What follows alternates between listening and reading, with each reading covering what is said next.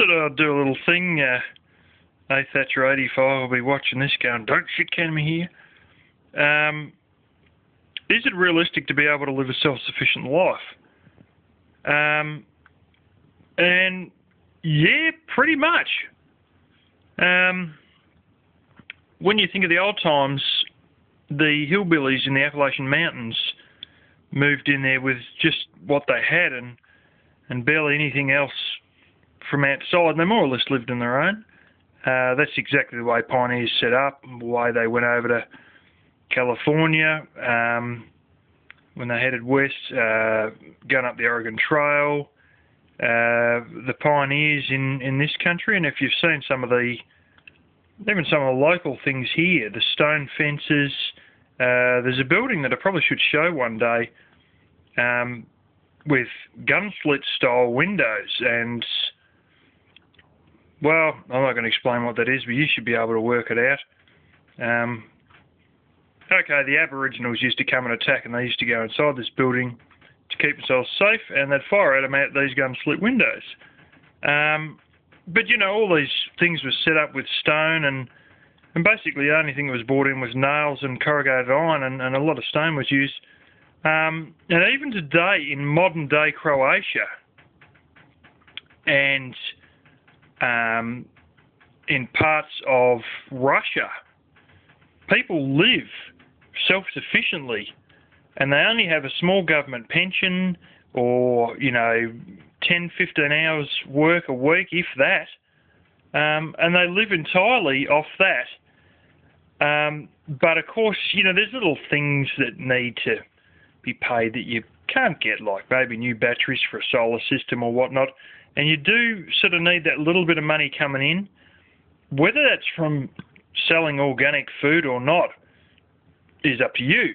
But there always seems to be a slight need for a small amount of money, and in some cases that can be an older person's pension, or some sort of a small thing, whether it's a small amount of work or some other little thing you got, and they primarily live self-sufficiently in these areas of Russia and Croatia and probably Serbia as well. Just, on their own. So it's very realistic to be able to do it, so long as you've set your life up to not have a need to have to use money on a regular basis, or if you do, not large amounts of money, then like no mortgage or anything like that, then it is quite realistic to do it. You may have issues with what you can or can't grow if you have an area with a bad soil type. But there's, ways and means of sort of trading the stuff you can grow with other stuff that you may not be able to grow in the area, which will mean moving into another area or having a bit of a deal going with other people who have come from other areas that are passing through or whatever. So yeah, but it's realistic enough, and particularly if you've got the good soil and good rainfall like they do have over in Eastern Europe, and in areas like the Appalachians. The Appalachians apparently was a great area for the Scots-Irish to pick because there was good soil, plenty of rain, plenty of wood. Later found out there was even coal near the surface, and plenty of, turkeys and other game walking around that they could shoot easily enough. And, quite simply, they picked the right area to do it in. They also had a bit of stone there to build with and stuff like that, and some of the local trees were very good, and there's older buildings that were set up originally in the early days that are in better conditions than the extensions made on them with wood that was brought in from other areas.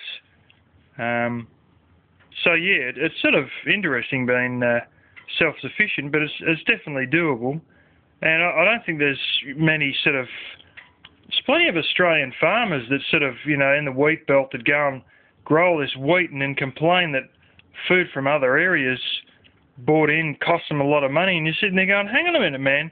You got exportable quantities of wheat here. And then you're saying that, like, food's dear? And you feel like saying you should be exchanging that wheat for, some other food to save you having to buy so much, sort of thing. But having said that, there's some people where I grew up that had veggie gardens that, good blimey, they're big. But yeah. So yeah, self-sufficiency is a realistic thing. So long as it's sort of reasonably well planned and you pick a right area, you'll probably be sort of alright, although there is a need to often enough have small amounts of money coming in.